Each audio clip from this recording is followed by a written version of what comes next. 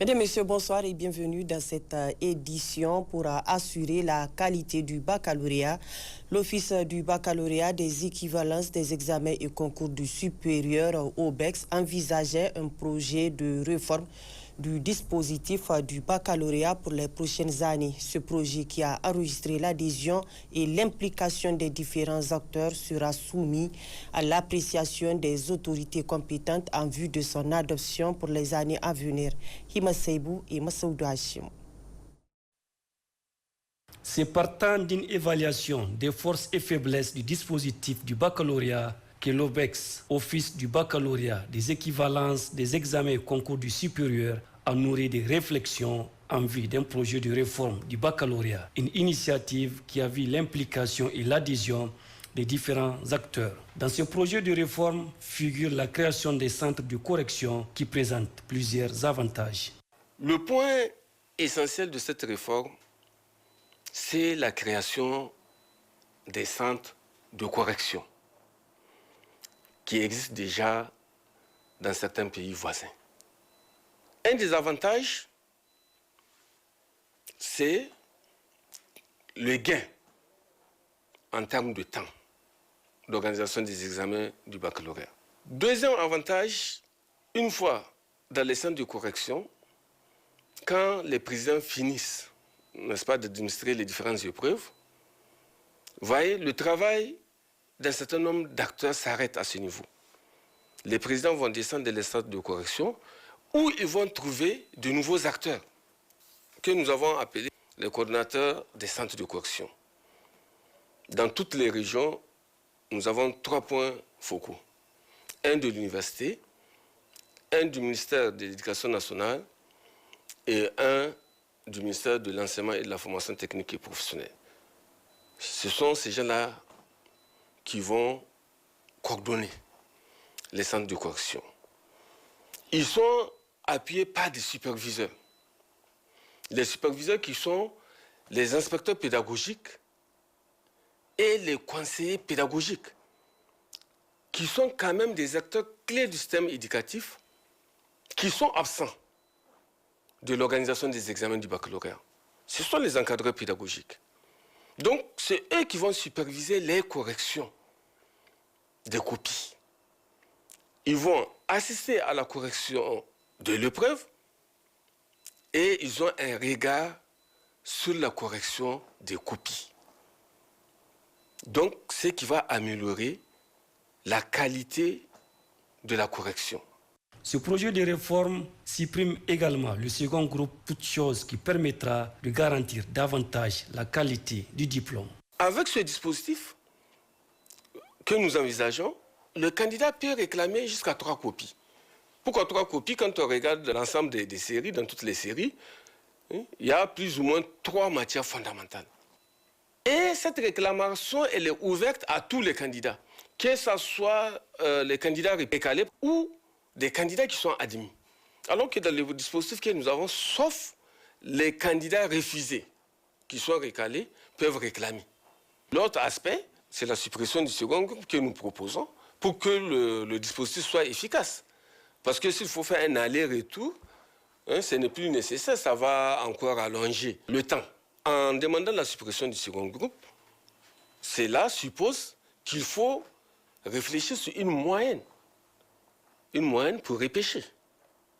Aujourd'hui, dans tout le système éducatif, du primaire jusqu'à l'université, il y a quand même un seuil à partir duquel on peut repêcher tout en sauvegardant la qualité.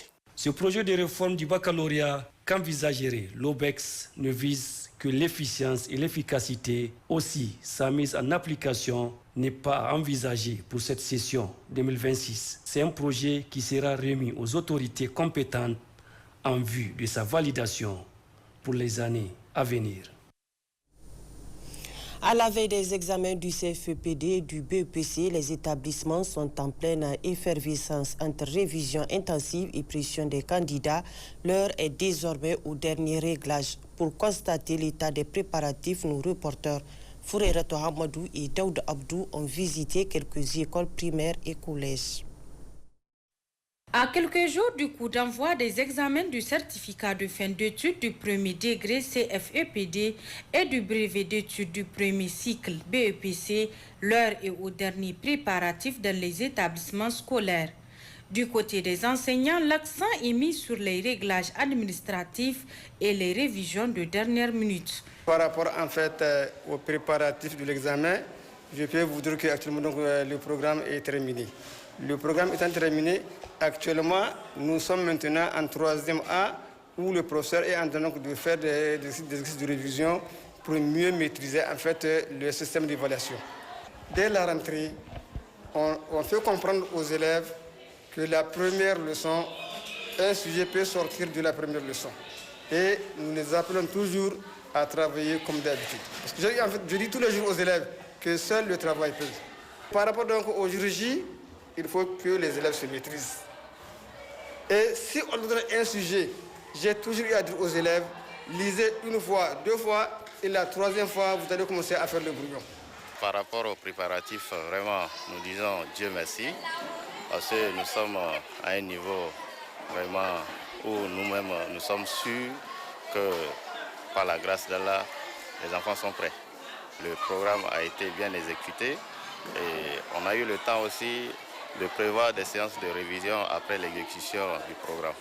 À tous les candidats, tout d'abord, je leur souhaite bon courage et bonne chance. Ce n'est pas facile, on le sait, mais de persévérer. En tout cas, tout est fait prêt pour que nos élèves puissent affronter les épreuves avec beaucoup de courage et aussi beaucoup de détermination. Quand on sait que les programmes sont exécutés à 100% et mieux actuellement, nous continuons ce qu'on appelle la veille académique pour permettre à ce que ces élèves-là affrontent les épreuves avec courage et aussi avec résilience. Et mieux, il y a aussi un certain nombre de révisions qui sont en train d'être apportées pour qu'on puisse faire les dernières retouches afin de toucher le maximum des candidats. On a fait les derniers cours, on leur a montré tout ce qu'il fallait, comment se comporter, tout cela, afin qu'ils puissent vraiment briller à l'examen. Donc maintenant, la balle est entre les mains des parents, parce qu'il faudra que le lundi, qu'ils nous amènent les enfants assez tôt, et vraiment sans être stressé, parce que déjà l'examen en lui-même il stresse. Donc voilà, pour le moment, on est fin prêt. Quant aux candidats, ils multiplient les efforts pour consolider leur acquis et aborder cette période avec confiance et inquiétude. On a appris nos leçons, on traite nos exercices, on a fermé des groupes d'exercices. Et on est prêt toujours. Le conseil que je vais donner à mes camarades, je vais les dire de réviser leurs leçons et de traiter des exercices. Je suis en train de préparer ma fiche de révision. Je fais des petits groupes avec mes amis après les cours scolaires. Et on revient à l'après-midi pour faire des exercices avec le professeur. Et pour les candidats, je donne un petit conseil, il faut serrer les ceintures. Il faut toujours être prêt, il ne faut pas lâcher. Je suis prête à affronter les épreuves qui viendront. Je conseille tous les candidats de réviser et de donner à fond pour réussir l'examen. Je suis plus que prêt à relever le défi, à me présenter au BPC et à réussir. Je vous conseille de réviser, de prendre vos leçons et de vous exercer pour être fin prêt le jour J. Après plusieurs mois d'apprentissage et de préparation, les candidats s'apprêtent donc à franchir une étape importante de leur parcours scolaire. Entre engagement des enseignants et détermination des élèves, tout est mis en œuvre pour garantir de bons résultats. Bonne chance aux candidats. Après plusieurs mois marqués de canicule, la saison 2+ s'installe progressivement dans plusieurs localités du Niger. Ibrahim Abdoulaye et Adam Amadou Abdelaziz se sont référés au service de la météorologie pour dresser la situation de leur reportage et ressort de fortes pluies enregistrées lors de la première décade du mois de juin dans certaines régions. La deuxième décade reste pratiquement humide avec des quantités de pluie assez importantes le long de la saison. Regardez. La saison hivernale s'annonce sous de bons auspices cette année. Les conditions météorologiques observées ces derniers jours laissent entrevoir des perspectives favorables en matière de pluviométrie. Selon les services de la météorologie nationale, la situation actuelle est marquée par une importante présence d'humidité dans l'atmosphère, un facteur qui favorise la formation de nuages et précipitations. Des précipitations assez importantes ont été enregistrées, surtout sur le sud des régions de Zender, Maradi, Tawa et sur les régions du fleuve. Et au cours de la première décade du mois de juin surtout, où on a eu quand même une série de systèmes pluvieux orageux qui ont arrosé toute la bande agricole. Et ces systèmes-là ont le plus souvent pris naissance sur le sud d'Amagaram. Et ces systèmes-là ont évolué vers l'ouest pour intéresser les régions de Maradi, et Tawa, Dosso, Niamey et Tillabéri. Et cette bande agricole cadre autour de la période de la deuxième décade du mois de juin, c'est-à-dire entre le 10 et le 20 juin. On considère que c'est la période optimale pour que cette bande agricole-là, les producteurs puissent s'aimer. Et avec les quantités que nous avons reçues, je pense qu'il n'y a pas un autre conseil à donner aux producteurs. Ils connaissent mieux que nous. Ils ont eu des quantités assez importantes et ils se sont donnés aux activités champêtres. Nous avons prévu quand même une situation ou bien des cumuls pluviométriques normaux à tendance excédentaire au cours du mois d'avril, au cours de nos prévisions. Donc, ce qui veut dire tout simplement, on s'attend quand même à une saison d'hivernage avec des quantités de pluie assez importantes et qui peuvent aller au-dessus de la normale que nous avons l'habitude d'enregistrer. Parallèlement à ces précipitations, certaines localités ont enregistré des vents parfois violents lors des premières pluies de la saison. Un phénomène que les spécialistes jugent normal à cette période de l'année. Les vents violents, les vents forts, ça c'est les caractéristiques même du climat du Sahel de façon globale. Pourquoi ? Parce qu'en début de saison, après 9 à 8 mois de saison sèche, le sol est déjà sec. Le système se déplace avec un minimum de 50 km/h. Ça, c'est 50 km/h, le gros système. Mais dans le système, il y aura aussi des parties où des vents seront encore plus violents. En début de saison, ces systèmes-là, au lieu de se développer ou bien d'avoir des quantités de vapeur d'eau plus importantes, non, il y aura le vent qui prendra le dessus, surtout au devant du système. Mais ça, c'est en début de saison. Maintenant, lorsque nous avons eu 2 grandes pluies sur la bande agricole, vous allez voir à partir de juillet, ça va commencer à diminuer parce que le sol est déjà humide. Face à l'installation progressive de la saison hivernale, les spécialistes appellent la population à la vigilance afin de limiter les risques liés aux intempéries. L'appel qu'il faut faire du début de la saison sera toujours marqué par des vents violents, également à part des pluies torrentielles. Et les types de nuages en début de saison qui donnent ces genres de pluie, n'est-ce pas, sont là, ils sont déterminés, ils sont définis. Et lorsque, la météo, n'est-ce pas, diffuse ces informations, lorsque la météo informe qu'il y aura un système pluvieux orageux accompagné de vents violents ou de vents forts, ou bien il y aura des éclairs, ou bien il y aura, la foudre, ce sont des éléments qui sont accompagnés dans le système pluvieux orageux. C'est parce qu'il y a un type de nuage qui va donner cette typologie de pluie. Donc, raison pour laquelle, lorsqu'il y a ce genre de système, il faut vraiment se mettre à l'abri. Parce que les systèmes qui viennent, rien que les vents forts peuvent faire trembler la maison, à plus forte raison, peuvent emporter les toitures. Et ces vents-là peuvent aussi, le fait que les vents-là viennent, on l'a vu ça même à Niamey, avec une certaine vitesse, il y a des débris que ces vents-là transportent. Donc le plus souvent, il peut y avoir des dégâts sur, sur des véhicules, sur des espaces. Donc il faut vraiment se mettre à l'abri. Deuxièmement, c'est par rapport aux pluies diluviennes. Lorsque nous sommes dans des constructions qui sont fragiles et que nous avons 30-45 minutes, parce que la pluie d'avant-hier, elle a fait au moins 2 à 3 heures de temps en train de tomber sur toute cette bande-là. Donc le plus souvent, surtout si c'est des maisons en banco, le plus souvent ça a des impacts parce que quand l'eau coule doucement, ça peut avoir des conséquences et il peut y avoir vraiment des personnes qui peuvent se blesser, voire même des décès. La météorologie nationale du Niger invite ainsi les populations à suivre régulièrement les informations diffusées et à adopter les mesures de précaution nécessaires tout au long de la saison pluvieuse.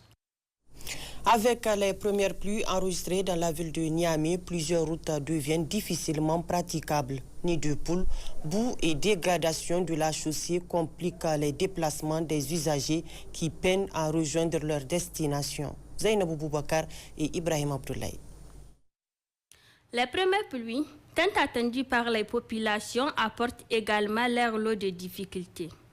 Dans plusieurs quartiers de la ville, certaines routes sont devenues presque impraticables après les premières précipitations. Nids de poules remplis d'eau, chaussées dégradées et voies inondées compliquent considérablement la circulation. Muna samun matsaloli sosai, shagunan mu suna ɓaci sosai, kuma sannan duk lokacin da mota za ta zo za ta wuce. Nous rencontrons beaucoup de difficultés à cause du mauvais état de la route. Nous demandons au gouvernement de nous aider à réhabiliter cette route afin de faciliter la circulation aux usagers. Les véhicules s'enfoncent même dans les nids de poules. Muna kira ga gwamnati ta duba mu wannan hanya tamu mai albarka saboda hanya ce wadda kowane lokaci har karfe 3 dare karfe 4 kowane irin dare za ka ga motoci da mashina suna wucewa. Konongo wallahi irgo tab kenan parce que fonda agba hansen. Cette route doit être vraiment réhabilitée afin de permettre aux usagers de circuler et de traverser en toute sécurité. Parce que rampono kan ergo furara da gabi nonguno kan jama'a nonguno ergonda muradu gumu lokaci kulu dole mo nirga kara. Vraiment Chaque saison de pluie, les usagers sont contraints de contourner cette voie. Une situation qui souligne la nécessité de réhabiliter cette route. En tout cas, depuis l'annoncé, la période hivernale, comme vous pouvez le constater vous-même, c'est vraiment remarquable un peu partout dans la ville de Niamey. Et bien qu'il y a des routes vraiment qui sont praticables, mais d'autres c'est encore autre chose. Hein. Depuis longtemps, pour passer ici, vraiment, il va falloir chercher de gauche à droite. Parfois, la circulation elle est tendue parce qu'on ne sait même pas de quel côté il faut passer. Vous pouvez voir, c'est de la gauche rentre à droite, c'est de la droite rentre à gauche. C'est vraiment déplorable. Vraiment, ça ne donne pas une bonne image quand même. L'appel que j'ai à lancer au niveau des autorités vraiment en place, c'est de voir dans quelles conditions vraiment il faut trouver des solutions urgentes surtout à des routes pareilles afin de vraiment de soulager un peu les usagers. Bifaro kankan irwinde o kunno kalito da hari. Ifo no ne te gote jangaino. La pluie nous causait beaucoup de difficultés à raison de l'absence de caniveaux. Nous sollicitons l'appui du gouvernement afin de trouver une solution durable. Nguno ga bai solution kan aga hin ga sambirse am fabir ga digo tano igre prandir ni hare diran blaji ni gite so fonda gun pa bawo matkan na go ciada son ne koy har hinka fondi sin ko ne haro wa hin to ba won. C'est une route très fréquentée, cependant son état rend la circulation difficile. Fabuka an sirse fonda wo am fonda wo fondi be no kan jama kulu dana midimo hasaro ka go tewo har sintina ne ya.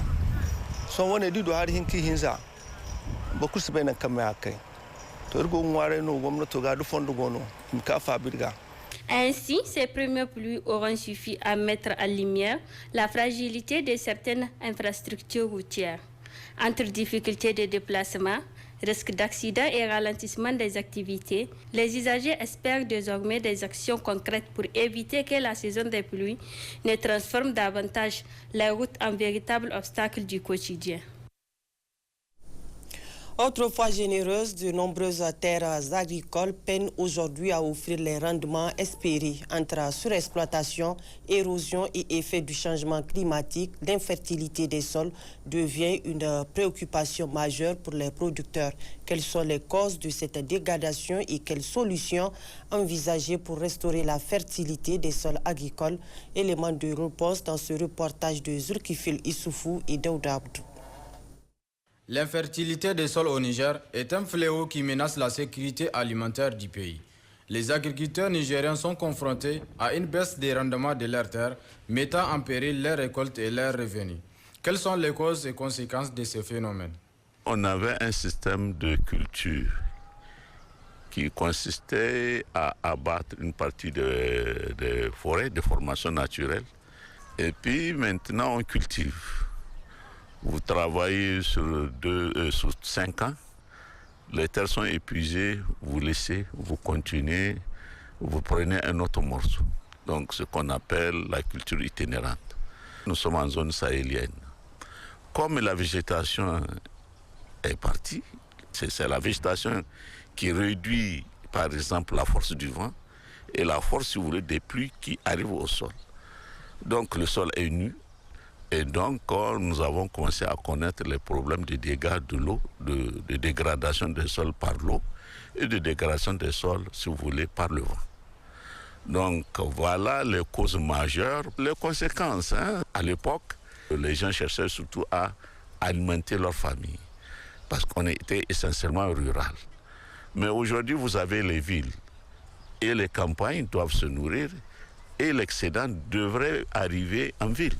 Tous les pays, c'est comme ça. Il faut qu'ils luttent, que leur agriculture arrive à nourrir la population en campagne, mais aussi arrive à nourrir les populations des villes. Puisque les villes, c'est d'autres métiers. L'infertilité des sols est un défi majeur pour l'agriculture nigérienne, mais pas insurmontable. Comment pouvons-nous juguler cette infertilité? Les éléments les plus criards en termes de déficit de nos sols, c'est par exemple le phosphore et l'azote. Est-ce que vous voyez? Bon, donc le phosphore, on a les gisements. Il y a les phosphates naturels de Tawa. Par exemple, je crois que c'est en exploitation. Il y a un privé qui est en train, en tout cas, de faire des phosphates, si vous voulez, qu'il vend. Au Mali, il y a des phosphates. Je crois savoir qu'ils ont déjà une usine de production d'engrais. Au Burkina, nous avons des phosphates qu'ils exploitent aussi. Donc, je pense que là, l'État peut regarder les ressources nationales. Qu'est-ce qu'on peut faire pour réduire? Parce que ça, c'est clair, si vous voulez. Les déficits les plus criards, c'est les forces de déficit en phosphore. Mais nous avons des plantes, si on sait combiner, si vous voulez, si les paysans l'acceptent, puisque nous avons des plantes qui fixent naturellement l'azote. Par exemple, le niébé.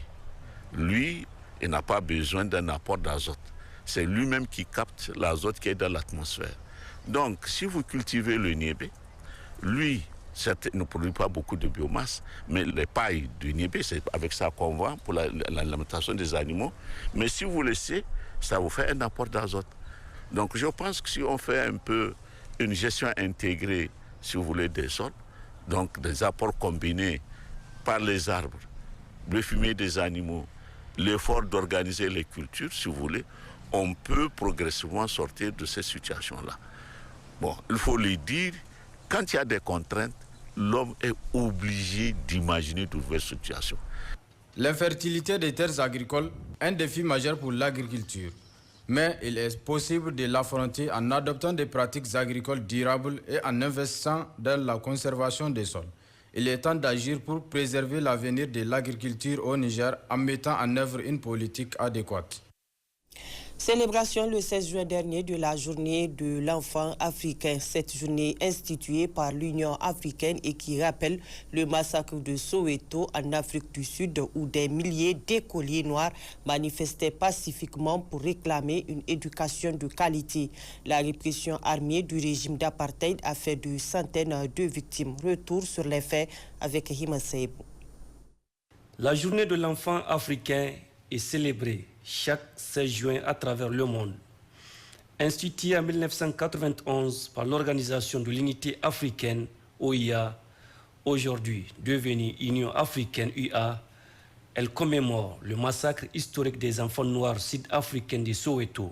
Pour rappel, le 16 juin 1976, des milliers d'élèves et d'étudiants noirs sont descendus dans les rues de Soweto pour protester contre l'imposition de l'afrikaans comme langue d'enseignement obligatoire par le régime de l'apartheid. Cette manifestation a été sévèrement réprimée par les forces de l'ordre. Consacrée aux enfants et aux jeunes du continent, la journée vise à plaider en faveur des droits de l'enfant auprès des États africains et des organisations internationales. Elle constitue également une occasion de faire le point sur la situation des enfants, de dénoncer les violences dont ils sont victimes et d'encourager ses actions en faveur du bien-être. Pour cette édition 2026, le thème retenu pour la commémoration est la garantie de l'accès universel à l'eau, à l'assainissement et à l'hygiène pour tous les enfants d'Afrique. Chaque 16 juin, l'Afrique célèbre la journée de l'enfant africain en mémoire des enfants de Soweto tombés en 1976 alors qu'ils réclamaient leur droit à une éducation de qualité. Cette commémoration constitue une occasion de faire le point sur la situation des enfants et de rappeler l'engagement des États en faveur de leurs droits. Au Niger, des avancées significatives ont été enregistrées ces dernières années, même si quelques défis demeurent. Rachida Koulibaly. Chaque 16 juin, la journée de l'enfant africain offre l'occasion de mesurer le chemin parcouru en matière de promotion et de protection des droits de l'enfant. Au Niger, cette commémoration intervient dans un contexte marqué par des avancées notables dans plusieurs secteurs essentiels à l'épanouissement de l'enfant. En termes d'avancées, je pense que le Niger a amorcé en tout cas une dynamique à travers l'élaboration de politiques et programmes. En termes de politique, je peux déjà vous citer le document cadre de protection de l'enfant qui est bâti sur 3 axes. Le premier axe, c'est un axe prévention. Le deuxième axe, c'est l'axe prise en charge. Et le troisième axe, c'est le renforcement du système national de protection. À ce niveau, le Niger a vite compris qu'en laissant la protection uniquement aux acteurs étatiques et à la société civile, au regard de la démographie galopante, ce n'est pas un pari gagné. Selon les statistiques de l'Institut national de la statistique, à l'horizon 2030, la population du Niger atteindrait les 30 millions d'habitants. À l'intérieur, vous avez beaucoup d'enfants. Ça veut dire qu'il y a une demande sociale en termes d'investissements sociaux, éducation, santé, protection, loisirs, etc. Et pour cela, il faut innover pour que les communautés elles-mêmes soient au cœur de la protection de l'enfant. Voilà pourquoi le Niger a vite compris cela et s'est engagé dans les mécanismes de la protection à base communautaire. Il y a eu des décrets, des arrêtés d'application, des comités de protection de l'enfant, que ce soit au niveau national, régional, jusqu'au niveau de village et tribu. Dans le schéma, c'est les communautés elles-mêmes qui doivent prendre en charge la protection de leurs enfants.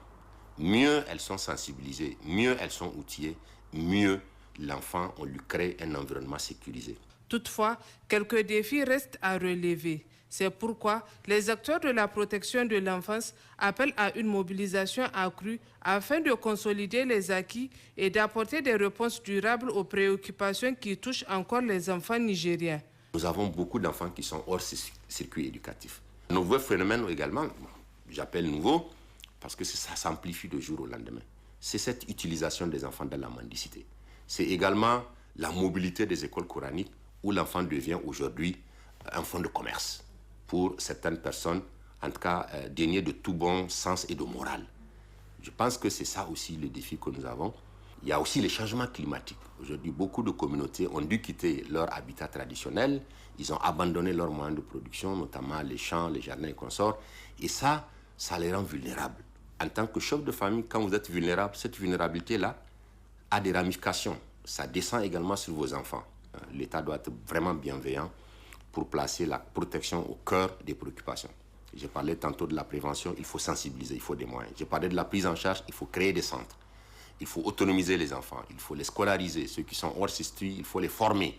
Il faut fixer les écoles coraniques, il faut réformer les écoles coraniques à travers des curricula. Et ça demande des moyens. L'avenir du Niger se construit aujourd'hui à travers ses enfants.